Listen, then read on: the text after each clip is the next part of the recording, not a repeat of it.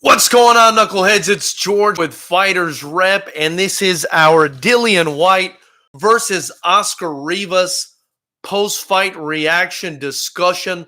And what a performance by Dillian Whyte, coming through in the clutch again and claiming the WBC interim title. A big congratulations to Dillian Whyte, and it went exactly as predicted.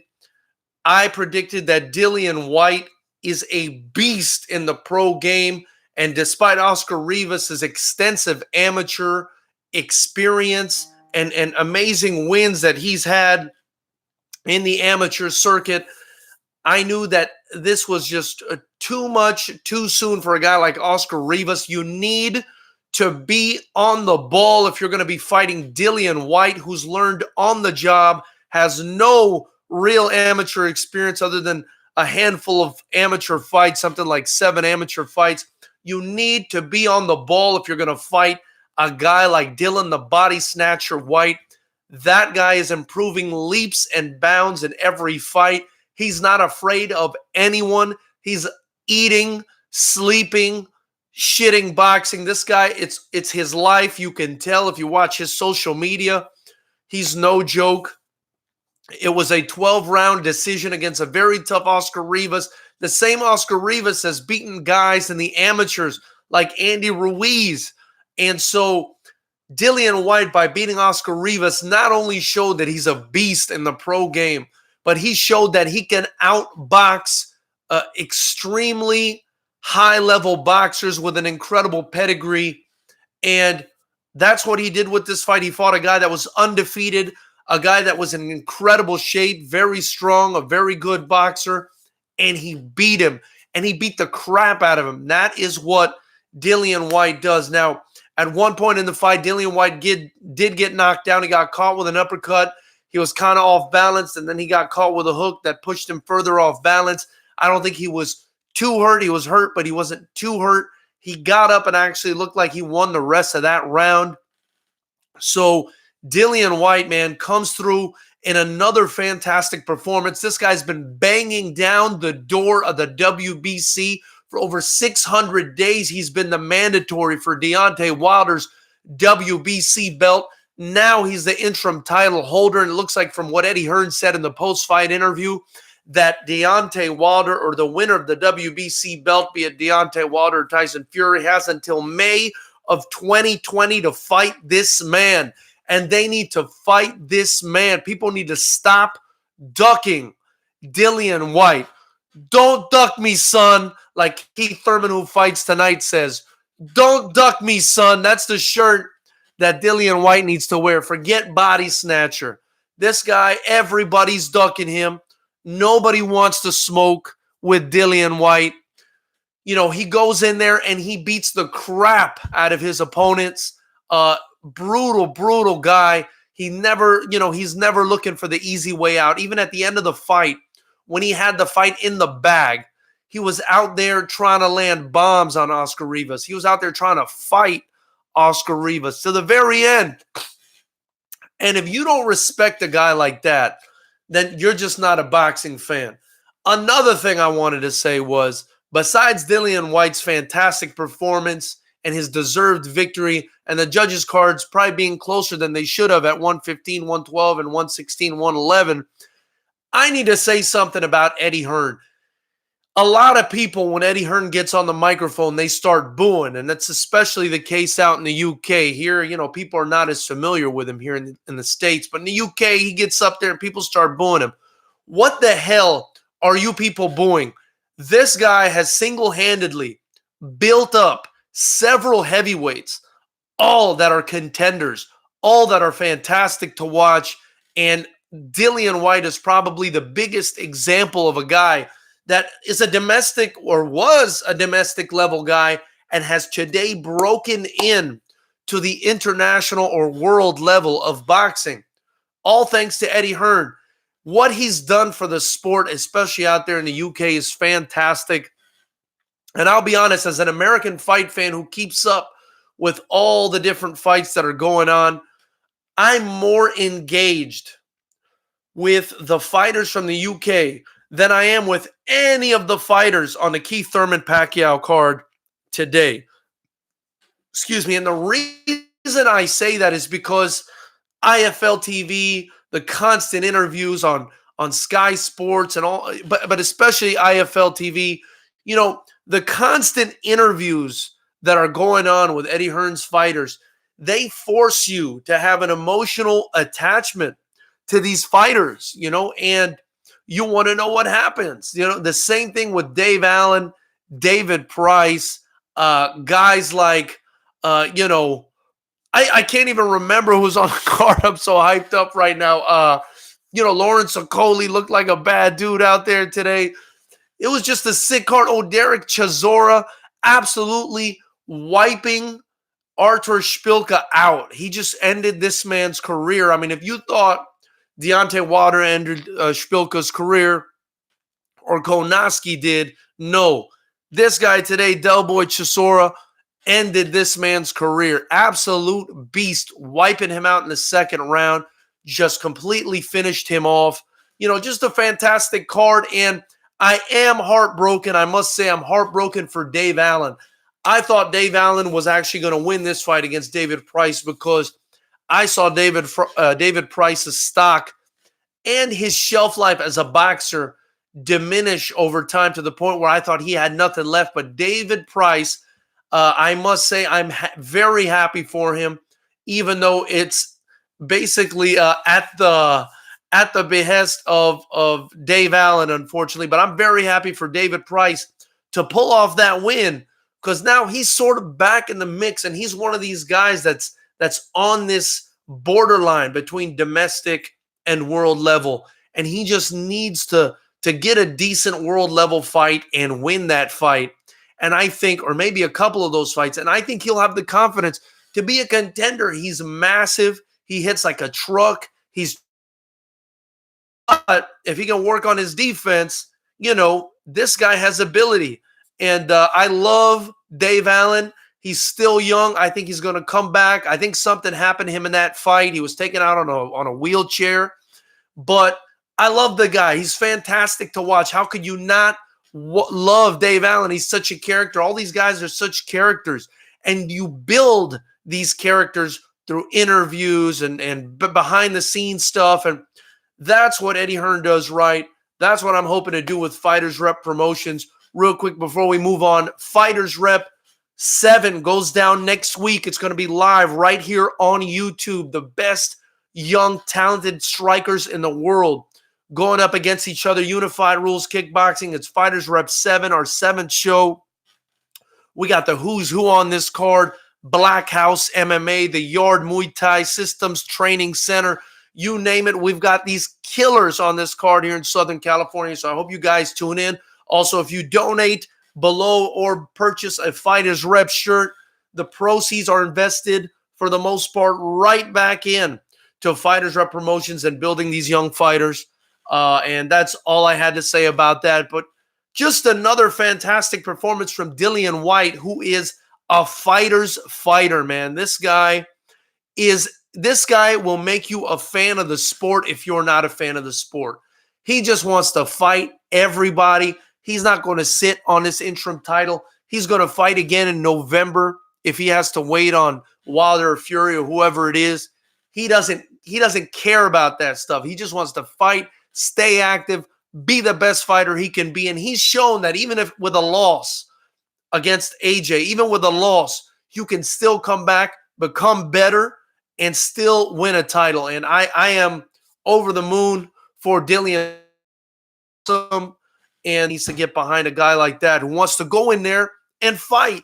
He just wants to fight. He's not bullshitting. He just wants to fight. So right now I'm going to turn it over to you guys. We're still going to go live again later on today after the Keith Thurman Manny Pacquiao fight. But I wanted to go live after this Dillian Whyte versus Oscar Rivas fight. And I wanted to kind of share my feelings with you guys about the fight and hear what you guys had to say. So John Wick is on the chat. Much love to you, John. You know, you're a huge supporter, and I really appreciate you. John Wick wrote, Dillian deserves to fight Wilder. He will lose for sure, but he needs to beat Ortiz, like Waters said. If he can beat Ortiz, only then he can give him a title shot. But that was a while back. I meant Ortiz. Well, John Wick, I disagree with you on this one. I think Deontay Wilder, if he beats Dillian Whyte, is going to have to bail himself out with a knockout because Dillian Whyte is going to put it on him as long as that fight goes on, because Deontay Wilder is not a good boxer. And every time he goes out there, he gets outboxed until he pulls that right hand out of the hat and finishes a guy, or ties the way he did with Tyson Fury, even though I think if you're a boxing fan, you know he didn't win that fight despite the knockdowns. If he can't finish Dillian Whyte is going to beat him up for 12 rounds and maybe even wobble him and finish him. If Dillian Whyte had Deontay Wilder in the position that Ortiz had him in that 7th round of that Ortiz fight, Dillian Whyte would have probably finished the job.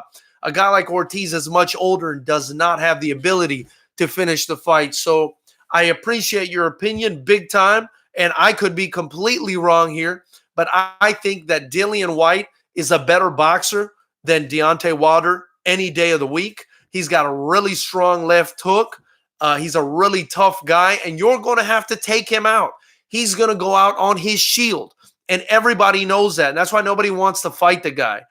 You're going to have to finish Dillian Whyte the way AJ did in order to beat Dillian Whyte. And he's improved so much since that AJ fight that you may not be able to finish Dillian Whyte. I think if Dillian Whyte can guard himself against Deontay Wilder's right hand, he can win that fight easy. He can easily win that fight. Now, will American judges award him the fight? That's another story. But Dillian Whyte in a boxing match with Deontay Wilder, I got to go with Dillian Whyte. I got to go with him because you got to go with the guy with the better technique in a boxing match. You cannot constantly rely on a one-punch knockout to win a fight. I thought Fury would win the Wilder fight. I thought Fury did win the Wilder fight. I haven't really picked against Wilder in any of his other fights because he's never fought somebody who can really fight other than Luis Ortiz. But I thought he'd beat Ortiz because Ortiz was so old and over the hill, and now he's fighting him again, and I don't understand it. But forget about that. I thought he'd lose to Fury, who can box. He should have lost to Fury. If he wants to fight Dillian Whyte, he's got to do something about his boxing ability because Dillian Whyte is no tomato can like some of the guys he's been fighting throughout his career. He's a tough, in-your-face pressure fighter. He's not too sloppy, and I think he goes in there and I think he beats Wilder. Honestly, I think Dillian Whyte beats a lot of people up. I think he's got a great shot now at beating AJ up after AJ lost to Ruiz. I think Dillian Whyte gives anybody a very, very hard time. I think the worst style matchup for Dillian Whyte is Tyson Fury because he can box maybe better than Dillian Whyte. But other than that, I think Dillian Whyte gives anybody fits. And I think he gives Tyson Fury fits too. He's a problem. Nobody wants to see Dillian Whyte, and it's for a reason. He's tough, and he's in your face. Adil Shaukat, thank you so much, my brother, for joining the chat. Much appreciated. Thoughts on Whyte's performance? How do you think he does against the big three? Adil, I just went off on a tangent about that. My brother, it's only just, Adil, that Dillian Whyte get one of the big three. It's only Adil, just like your name, the meaning of your name, my brother, that a guy like Dillian Whyte gets a shot at the big three. And I think he does great against all of them. I think, again, the toughest matchup for me, because I like technique, the toughest matchup for me is Tyson Fury. I think Andy Ruiz is a problem because he's also technical. AJ is a problem too. He's pretty technical. The least technical is Deontay Wilder of all these heavyweights right now. So that's why I like Dillian Whyte against Deontay Wilder. Now, Deontay Wilder has more knockout power than all of those guys, right? But he's got to land that punch. And if he doesn't land that punch clean, he's not going to beat these He's not going to beat these guys, you know. And I love Deontay Wilder. Don't get me wrong. He's so entertaining. I love the way he fights, you know, but I don't like his technique. But I love the fact that, you know, he's got so much power. He can rely on it and win. But if we're being honest with ourselves, he did not beat Tyson Fury in that fight. And if he goes in there against a guy that can outbox him, you know, a guy like an AJ, a guy like an Andy Ruiz, a guy like a Dillian Whyte, it's going to be a rough night for Deontay Wilder. Let's not forget that when Deontay Wilder was in there against Artur Szpilka, who got decimated today, who got cremated today in 2 rounds by Derek Chisora, Szpilka was outboxing him. To any boxing fan with a pair of eyes, Szpilka was outboxing Deontay Wilder. So I think Dillian Whyte, back to your question, does a fantastic job against any of the big three. If I'm being honest, I'm biased towards Dillian Whyte because I like what he stands for. I like a guy who's down to fight anybody. I like a guy who's willing to stay active and improve himself and his technique, a guy that's willing to challenge himself. Dillian Whyte is a person that I admire. Now, when I'm making an analysis as to who I think will win, I do not let my bias affect that. But I am biased towards Dillian Whyte because I like him. That's why he's my favorite heavyweight at this time. That said, though, I think he gives all 3 of the big 3 or the big 4, if you want to include Andy Ruiz, a run for their money because he's such a tough guy. He's a good boxer technically. He's improved to the point where he can hang in there with any of these guys, you know, and he wants it. I think he's the hungriest of all of them. He's the hungriest guy. Mandatory for over 600 days. Tough guy, in your face, fighting to the very last minute, even when he's winning. So you got to respect a guy like that. Mario Yamasaki. Ortiz versus Ruiz would be a banger. I think it would be a fun fight. Unemployed Mario Yamasaki, and thank you again for joining the chat. You are the man, brother. But at this point, Ortiz, what does he have left? What does Ortiz have left? He's so old at this point. The guy's pushing 40, 50 years old, and he got knocked out by Deontay Wilder. You know, if a guy like Ruiz hits him, what's going to happen? Ruiz has much faster hands. He can box. I wouldn't want Ortiz in there with Ruiz. I think after this Deontay Wilder fight, if Ortiz fights Wilder again, which it looks like is going to happen, he's probably going to get knocked out again, and then it's probably going to be over for him. But that's the way I feel. So, guys, if you like talking about combat sports, don't forget you could donate below. All the proceeds, or the majority of the proceeds, go towards building Fighters Rep, our kickboxing promotion, the most action-packed rule set in combat. It's stand and bang. There's no holding. If you buy a shirt, you could also you'd also be contributing to Fighters Rep promotions. You could do that below. And please subscribe if you guys like to talk about combat sports and you want to join Knucklehead Nation. The only non-biased, doesn't care where you're from, doesn't care what you think, as long as you're respectful YouTube channel.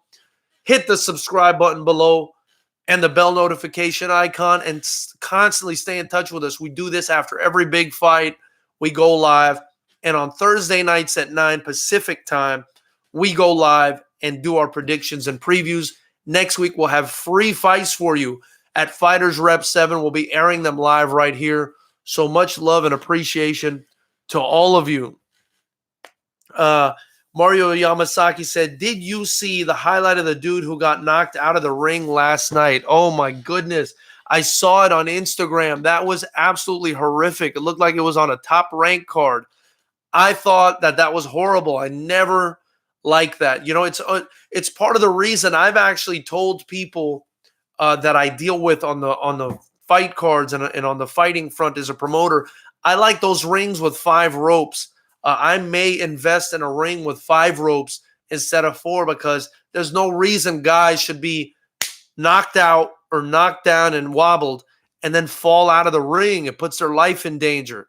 I don't like that at all. So while it was pretty amazing to watch somebody get knocked out of the ring, it's not something that you want to see happen because if you've been hurt, you're already compromised. The last thing you need is to fall out of the ring and land on the concrete head first or whatever it is.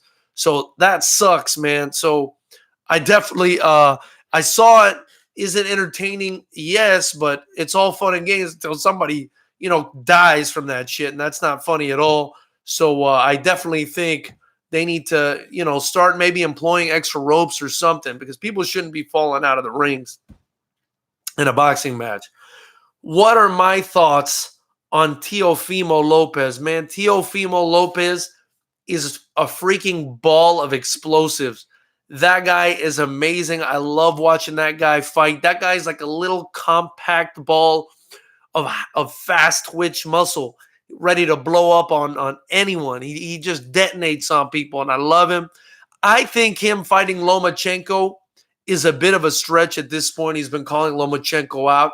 I don't think he's ready for Vasily Lomachenko. I don't. But I respect him big time, as I do Dillian Whyte, because he's down to fight whoever. And he wants Lomachenko. And that shows you that he's got the heart of a warrior, knuckleheads. And that's what I admire. So, I got much love for Teofimo Lopez. On top of being explosive and amazing and entertaining to watch and a good boxer, he wants to fight the best. Chemical boxing MMA, it's Kimora. I changed my name. My countryman Dillian Whyte won. Woo! Hey, Kimora, congratulations on your countryman Dillian Whyte, making Jamaica proud, making the UK proud. I told you, Kimora. We talked about this on Thursday in the live chat. I told you what I think about Dillian Whyte. He's down to fight whoever, whenever, anytime, any place, anywhere. The dude is a beast. Nobody wants to see him. Everybody's avoiding him. It's disgraceful. It's more of this bullshit in boxing that I can't stand.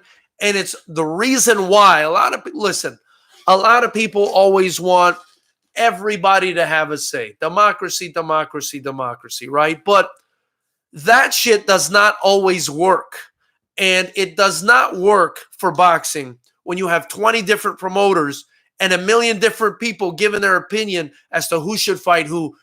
When that happens, the fights never happen. But when you got a tyranny, a dictatorship like the UFC does with Dana White, the best are going to fight the best because I said so.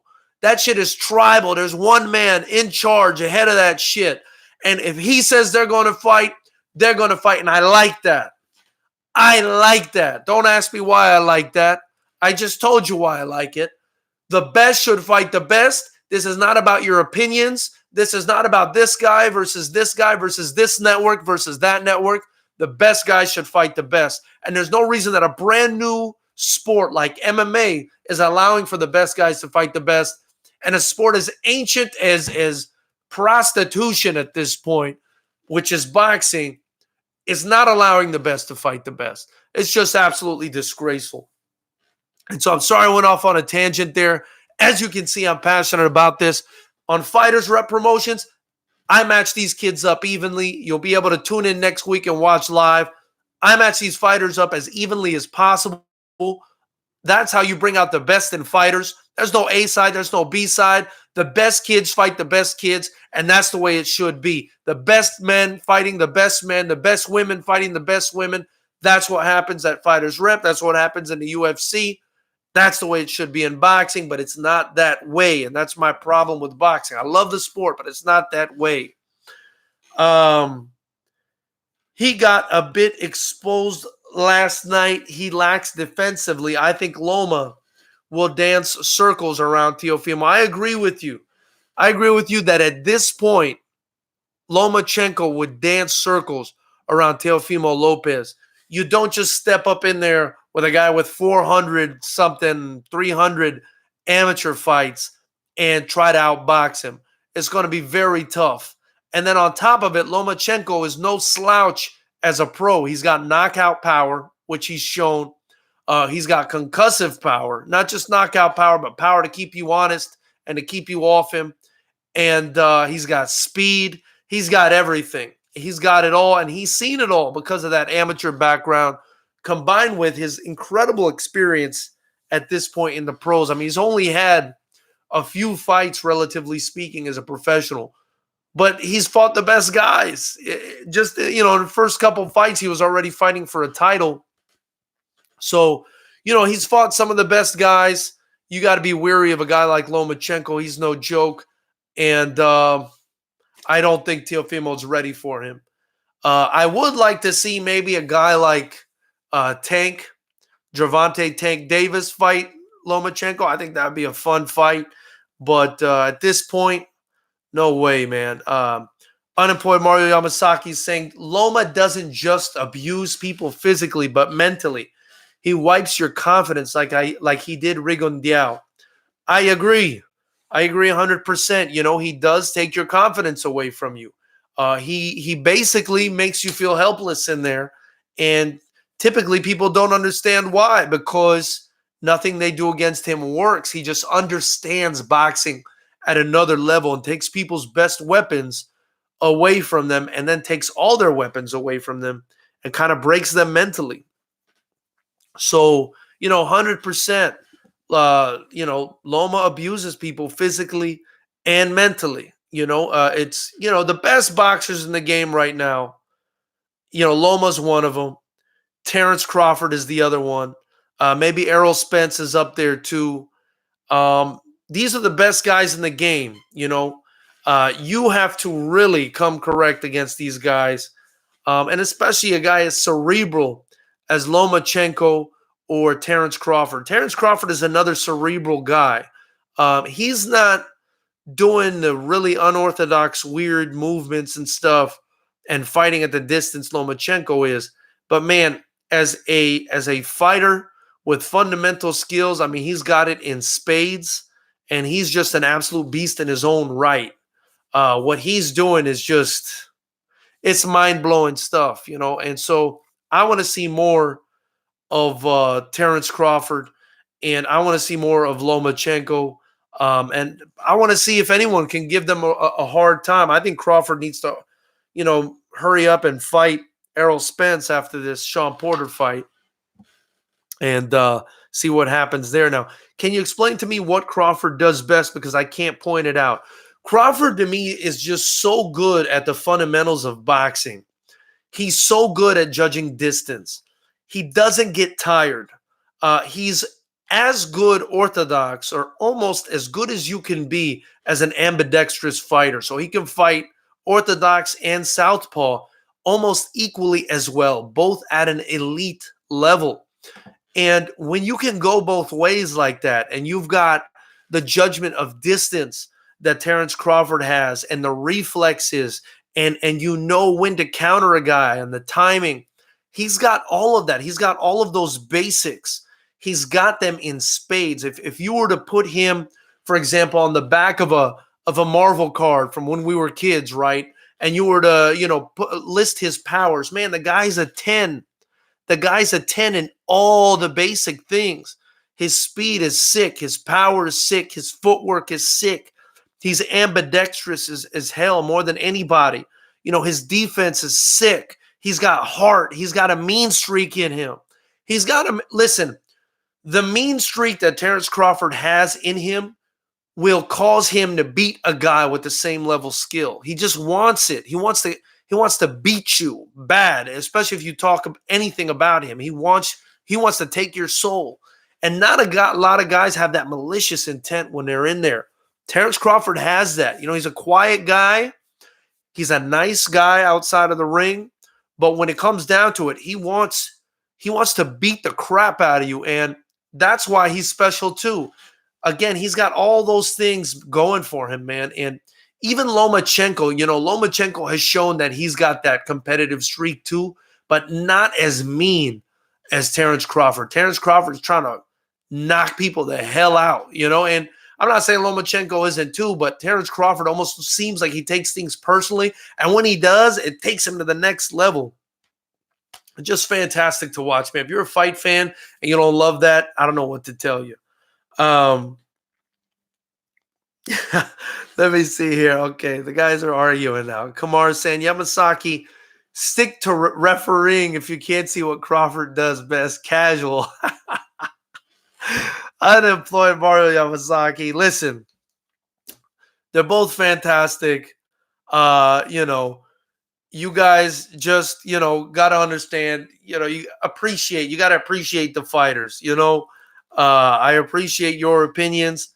I think, some people don't understand what Crawford does so well because he just looks like a typical boxer in there. But, if you watch a little bit, if you understand the sport a little bit, you see that he can do everything. He can do everything. And right when he came out, for me, his breakout fight was when he fought that guy that knocked out Amir Khan. I can't really remember his name right now, but he knocked out Amir Khan. He was the first guy to kind of expose Amir Khan's chin. And that it was a Colombian guy. And that was Terrence Crawford's coming out party. Brady's Prescott, that was his name. This guy had vicious knockout power. They called Terrence Crawford in. I believe it was late notice to fight Brady's Prescott. And he just absolutely wiped him out. And I could see right in that fight, wow, this guy can box. Footwork, ambidextrous, fast, strong, boxing IQ, knew what to do, when to do it, timing, great judge of distance. I mean, the guy's been had it all. And then Timothy Bradley was talking about sparring him and how, basically he was putting it on Timothy Bradley. And so if you're sparring guys at that level and you're doing that kind of work against them, he's just a talented guy. He's a talented guy. He's got all the basics and fundamentals down to an absolute T. And, when you understand the basics of boxing, it's why they're the basics of boxing. You become unbeatable. I mean, you become close. He's super fast, so you're not going to you're not going to be a better athlete than Terrence Crawford or much stronger than him. If you are, you're eventually going to get tired the way Gamboa did, right? Gamboa was getting off on him at the beginning of the fight, but just couldn't keep the pace, and Crawford can. Crawford's got speed, power, athleticism, and a gas tank, right? On top of being able to go orthodox and southpaw, on top of understanding distance, on top of understanding timing. So one of the most difficult guys to fight in the entire boxing game, I think, is Terrence Crawford. Anyway, I like the fact that Crawford isn't a headhunter. He works the body also, and that's unemployed Mario Yamasaki. And yeah, I mean, that's what a great boxer does. They switch it up. They have a varied attack, and that's what Terrence Crawford is. In chemical boxing, which is Kimora, said Crawford is a dog. Absolutely. He was in there having a hard time against Gamboa, but he knew that if he just stuck to his game plan, Gamboa was not going to be able to deal with him, and he couldn't. He took Gamboa out in spectacular fashion too. And so I have a ton of respect for Terrence Crawford. I got him, if not the best, tied for the best or second place with Lomachenko. I mean, him and Lomachenko are like this for me. The only reason I might give Lomachenko an edge is because he's got so much more amateur experience. So I don't know, and he's doing some real unorthodox stuff. But that doesn't mean that he's a better fighter. It just means that he has his style. Terrence Crawford is his style. I don't know which one would work better. We'll never know because they'll probably never fight each other. There's too much of a size difference. But they're both fantastic. I don't know. Maybe Crawford's more fundamentally sound than Lomachenko, who's always doing crazy unorthodox stuff. Who knows? I don't know, But the bottom line is these are both great fighters that we need to appreciate. Unemployed Mario Yamasaki. Crawford cuts angles just as good as Loma. He also said after he got robbed in the Olympics, he walks with a chip on his shoulder. That's why he fights so mean. I love that chip on his shoulder. I love that he fights mean like that. You could tell by his style that he not only deserved to be in the Olympics, but he probably deserved to win the Olympics. If he would have gotten in there, he's just a technical master. Chemical Boxing MMA is saying, look what he did to Jeff Horn, who beats Pacquiao. Well, I gotta disagree with you there, Kimora, my brother. I thought Jeff Horn got a gift decision against Manny Pacquiao. But that being said, he did stop Jeff Horn. Manny Pacquiao couldn't do that. But then you also have to take into consideration the size difference and the age difference. Manny Pacquiao has already gone past his prime when he was fighting Jeff Horn. He's a smaller guy. He's not as big as Terrence Crawford. He's definitely not a natural welterweight. So, you know, you gotta give Pacquiao credit for that. I think you got to give Pacquiao credit for that win. Jeff Horn definitely still won the fight, like you're saying. But, you know, let's be honest. It is boxing. Stuff happens, and we don't know why. But anyway, guys, I've been on this for 35 minutes now. I can't believe that. Talking too much. Unemployed Mario Yamasaki saying, you're making me nervous. I put 200 on Pac-Man tonight. I actually think Pac-Man will probably win tonight. But there's a good chance he gets beat up by Keith Thurman as well. But I'll be on live right after that. We could talk about that, you guys. You guys can let me know what you think. But, you know, yeah, 36 minutes into this, Kimora put 100 on Thurman, probably the underdog. So that's probably a smart bet at this point, but who knows? But we'll talk after the Pacquiao fight, guys. Remember, please buy a Fighters Rep shirt if you haven't already in the links below. Also, please donate below your proceeds. You guys are helping me fund Fighters Rep, hopefully. Your proceeds, the great majority of them go right back into Fighters Rep promotions. We'll be live right here next week, Saturday, for Fighters Rep 7. You're going to want to tune in. I've got 18 fights on the card, all free for you guys. If you guys are anywhere near California, buy your tickets at fightersrep.com. Come support. Trust me, this is a fight you're not going to want to miss. The who's who of the fight game is going to be there. And please subscribe below if you haven't already. Much love, guys. We'll see you after the Pacquiao Keith Thurman.